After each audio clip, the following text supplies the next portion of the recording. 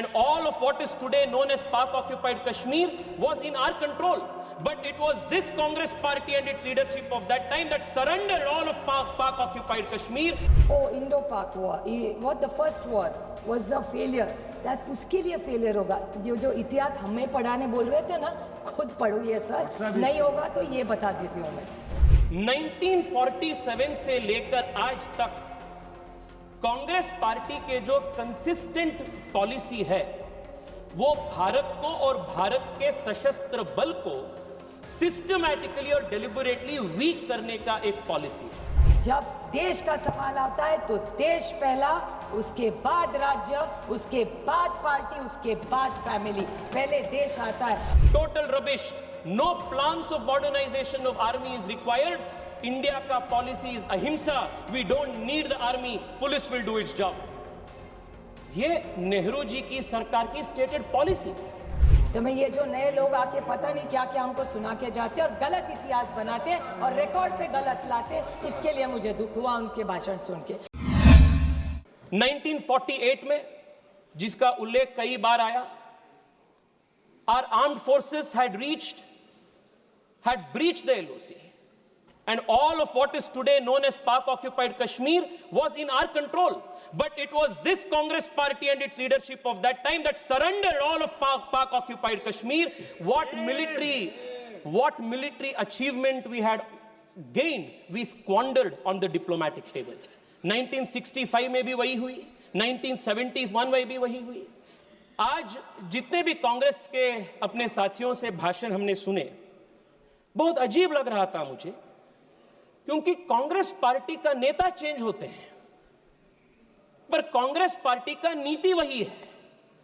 1947 से लेकर आज तक कांग्रेस पार्टी के जो कंसिस्टेंट पॉलिसी है वो भारत को और भारत के सशस्त्र बल को सिस्टमैटिकली और डेलिबरेटली वीक करने का एक पॉलिसी है. इसका उदाहरण मैं देना चाहता हूं. At the very beginning of our independence, at the dawn of this nation, as an independent country, Pandit Nehru ji की एक स्टेटेड पॉलिसी थी कि भारत को आर्मी का जरूरत ही नहीं है. जनरल लॉकहार्ट के पास बैठते हैं और नेहरू जी बात ये बोलते हैं कि rubbish, total rubbish, no plans of modernisation of army is required. India का policy is ahimsa. We don't need the army. Police will do its job. ये नेहरू जी की सरकार की स्टेटेड पॉलिसी थी. And this did not remain isolated in 1947. When A.K. Anthony ji was the defense minister, it was the stated policy. Madam, they had a deliberate policy of not building border infrastructure. और देश के army में जाति गणने का काम भी Congress party ने किया था. But I think Tejasvi Surya is not here, unfortunately. I can't see him in the house. But I would like to tell him and put it on record because I have this document which I can table. He said in his opening speech that Jawaharlal Nehru ji, Pandit ji, the first Prime Minister of India, never encouraged the defense forces. And we've never done anything. This is the first time India has done extraordinarily well in armed forces. He has not only insulted thousands and lakhs of Indian force and armies and their families who have stood so that you and I can be safe. I object to the statement that he has made. And I would like to read out what he said in his speech was, oh, Indo-Pak war, what the first war was a failure. That उसके लिए failure होगा. ये जो इतिहास हमें पढ़ाने बोल रहे थे ना, खुद पढ़ो ये सर. नहीं होगा तो ये बता देती हूँ मैं. ಪರಿಶುದ್ಧ ನಂದಿನಿ ಹಾಲಿನಿಂದ ತಯಾರಿಸಿದ ನೈಜ Nandini ice creams. Indo-Pak war, the first time we won. Operation Polo 1948, Hyderabad into Indian Union, September 1948, is a success of the Indian Army. Operation Vijay 1961, Goa, Diu, Daman, Military operation led to the liberation of the Portuguese enclaves, completing India's territorial integration. December 1961, Indo-Pakistan War 1965, successfully defended Indian borders, preventing Pakistan from achieving its strategic objectives. August-September 1965, Bangladesh liberation and Indo-Pakistan War 1971, a decisive victory of Indian Army along Mukti Bahini, liberated in Bangladesh in 13 days, leading to surrender 90,000 Pakistani troops, March 1991. This Tejasvi Surya इतिहास खुद पढ़ा नहीं होता तो ले लो. This is one thing. We may have political differences, like Sunil Tadkare ji said. He's absolutely right about this. That जब देश का सवाल आता है तो देश पहला, उसके बाद राज्य, उसके बाद पार्टी, उसके बाद फैमिली. पहले देश आता है. और जब कनिमोळी जी यहाँ है, मैं यहाँ हूँ. जब हमें किरण रिजिजू का फोन आया था, किरण जी ने मुझे सिर्फ फोन पे कहा, सुप्रिया तुमको देश के लिए 10 दिन देने पड़ेंगे. देश के लिए मैं क्या कर सकती हूँ? देश के लिए 10 दिन क्या बोल रहे हो किरण जी आप? ये माननीय प्रधानमंत्री जी का बड़ापन था कि हम सारे ऑपोजिशंस को उन्होंने लीड करने के जो विश्वास दिखाया है, यही एक सशक्त लोकतंत्र है. ये जो तेजस्वी सूर्या की छोटी सोच है ना, वो छोटी सोच हम नहीं रखते. जो अच्छा है वो अच्छा ही है. और जब देश के बारे में आता है, आप नहीं थी शैलजा जी, लेकिन ऑल पार्टी मीटिंग में हम जब गए थे तो पहली कांग्रेस पार्टी बोली थी और उन्होंने कहा था कि ये वक्त तू मैं का नहीं है.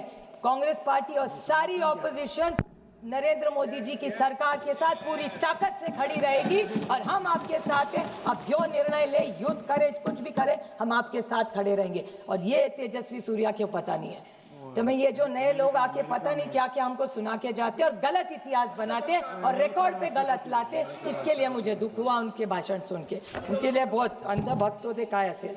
Another thing he said, NIA के बारे में बोल रहे थे. किसने NIA शुरू किया? ये तू मैं का वक्त नहीं है. इस देश के अभी सुरक्षितता की चर्चा. मैं नहीं कहूँगी हमने किया. अच्छा ठीक है, हमने किया, आपने आगे लिया, अच्छी बात है. बट NIA में भी गलती निकाली. ये जो तेजस्वी जी ने, या मुझे विश्वास है कि ये बीजेपी की लाइन नहीं होगी, ये तेजस्वी सूर्या जी की होगी. क्योंकि जब से हम सबको उन्होंने बुलाया था, और ये जो अभी मंत्री जी मेरा मिनिस्टर डॉक्टर जयशंकर जी बोले, मैं उनकी तहे दिल से हम सब की तरफ से आभारी हूँ कि हम सबको उन्होंने चुना और विश्वास के नाते हमें प्रदेश में भेजा. और मैं सिर्फ जयशंकर जी को 2-3 छोटे सवाल करना चाहती हूँ. उन्हें बहुत अच्छा उन्होंने भाषण सबको दिया, पर मुझे 2-3 सवाल उनको पूछने हैं, बड़ी विनम्रता से पूछना चाहती हूँ क्योंकि देश के बारे में है. कि उन्होंने कहा दुनिया ने हमें सपोर्ट किया, तो आतंकवाद में तो सब करते हैं और करना ही चाहिए. बट उन्होंने मैं बड़ी विनम्रता से उनको कहना चाहती हूँ कि जहाँ हम भी गए, कि दुनिया का आप रिकॉर्ड भी देखिए, किसी ने हमारी तारीफ नहीं की, हम लड़े इसलिए, लेकिन डी एस्केलेशन जब किया हमारी बहुत प्रशंसा सबने की. तो सारी दुनिया ने डी एस्केलेशन के बारे में भारत के लिए बहुत अच्छा भी बोला.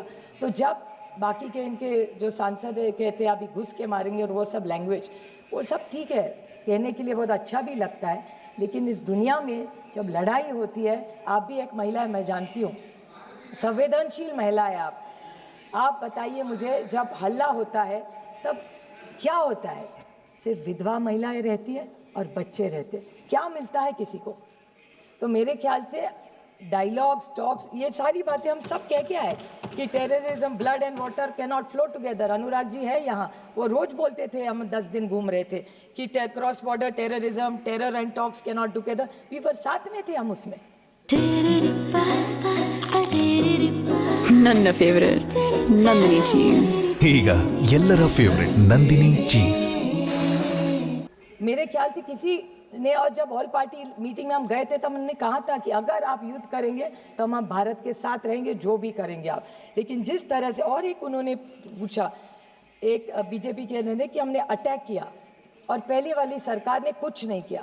मैं पूछना चाहती हूँ कि आपका ऑब्जेक्टिव था क्या? तेजस्वी सूर्या जी कह रहे थे कि ओ आप इतने साल कांग्रेस ने कुछ नहीं किया, तो भूल गए इतिहास पर क्या क्या किया. लेकिन मैं बड़ी विनम्रता से उनको पूछना चाहती हूँ कि डी एस्केलेट तो 1-1.5 दिन में ही हो गया, तो what was the objective of the war when he said? क्योंकि ये बहुत सारे लोग मुंबई के अटैक के बारे में बोले और बोले कि कांग्रेस ने कुछ नहीं किया. मैं बोलना चाहती हूँ, आपको पता नहीं दुख क्या होता है. पुलिस शहीद हुए 26/11 की मुंबई की अटैक में, और ओमड़े जी थे, बेचारे पुलिस थे, उन्होंने जब वो क्या उसका नाम था, कसाब को जब पकड़ा था, जिंदा पकड़ा था, तो जब कसाब को पकड़ा था, जिंदा पकड़ा था, तो पेट में गोली लगी थी, पेट में गोली लगी थी इसके, और कन्विक्टेड। और मैं एक बात बताऊं,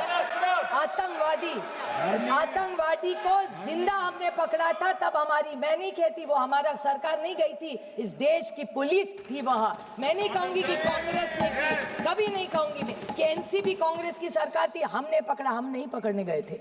वो जो पुलिस वाला था ओमड़े, जिन्होंने जान दी, उन्होंने उसको पकड़ा है। मैं कभी इस मामले में क्रेडिट नहीं लूंगी, इतनी तो इंसानियत रखो। नवंबर 21 में उसको फांसी हुई थी, नवंबर 21 में, हिसाब देती हूँ आपका, पहले कन्विक्ट हुए 2010 में, उसके बाद Mumbai high court, supreme court, mercy petition, execution carried out, और नवंबर 2021 में पूना में इसी को फांसी हुई थी, कसाब को। ये काम हमने किया है, हमने नहीं किया, सबने मिलके किया है, इन्होंने भी तब साथ दिया था, और जो सच है वो सच है। ಮತ್ತಷ್ಟು ವಿಶೇಷ ವಿಡಿಯೋಗಳನ್ನು ನೋಡಲು ಮತ್ತು ಹೊಸ ವಿಡಿಯೋಗಳ ಬಗ್ಗೆ ತಿಳಿಯಲು ಈ ದಿನ.com ಯೂಟ್ಯೂಬ್ ಚಾನೆಲ್ ಸಬ್ಸ್ಕ್ರೈಬ್ ಮಾಡಿ ಮತ್ತು ಬೆಲ್ ಐಕಾನ್ ಕ್ಲಿಕ್ ಮಾಡಿ.